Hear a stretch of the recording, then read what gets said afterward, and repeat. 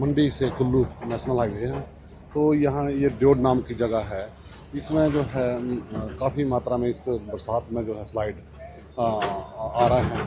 तो जैसे मतलब स्लाइड आता है तो हम लोग मंडी की तरफ से आने वाली जो ट्रैफिक है उसको प्रिकॉशनरी जो है 9 मील में रोक देते हैं। और एसएचओ वोट वगैरह से टाई अप करके उनको जो है ड्योड में एक नाम जगह है वहाँ पे द्वाडा नाम की जगह में रोक देते हैं ट्रैफिक को।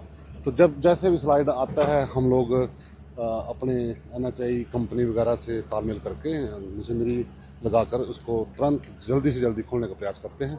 तो आज भी जैसे रात को उसमें भारी बारिश हुई थी 4-1 बजे के आसपास, तो फिर इसको ट्रैफिक को हमने रोकना पड़ा। तो कुल्लू वाली ट्रैफिक हमने वहाँ रुकवा दी थी ओट के आसपास, और ये जो है सुरक्षित स्थान जो है 9 मील वहाँ पे हमने ट्रैफिक को रोका। फिर ये जो है सुबह 7 साढ़े 7 बजे के बाद जो है इसको फिर सुचारू रूप से जैसे ही स्लाइड हटाया और दोनों तरफ से ट्रैफिक को निकाल दिया है। तो अभी भी आप देख रहे हैं कि ये ट्रैफिक कुल्लू की तरफ से जो है चल रही है।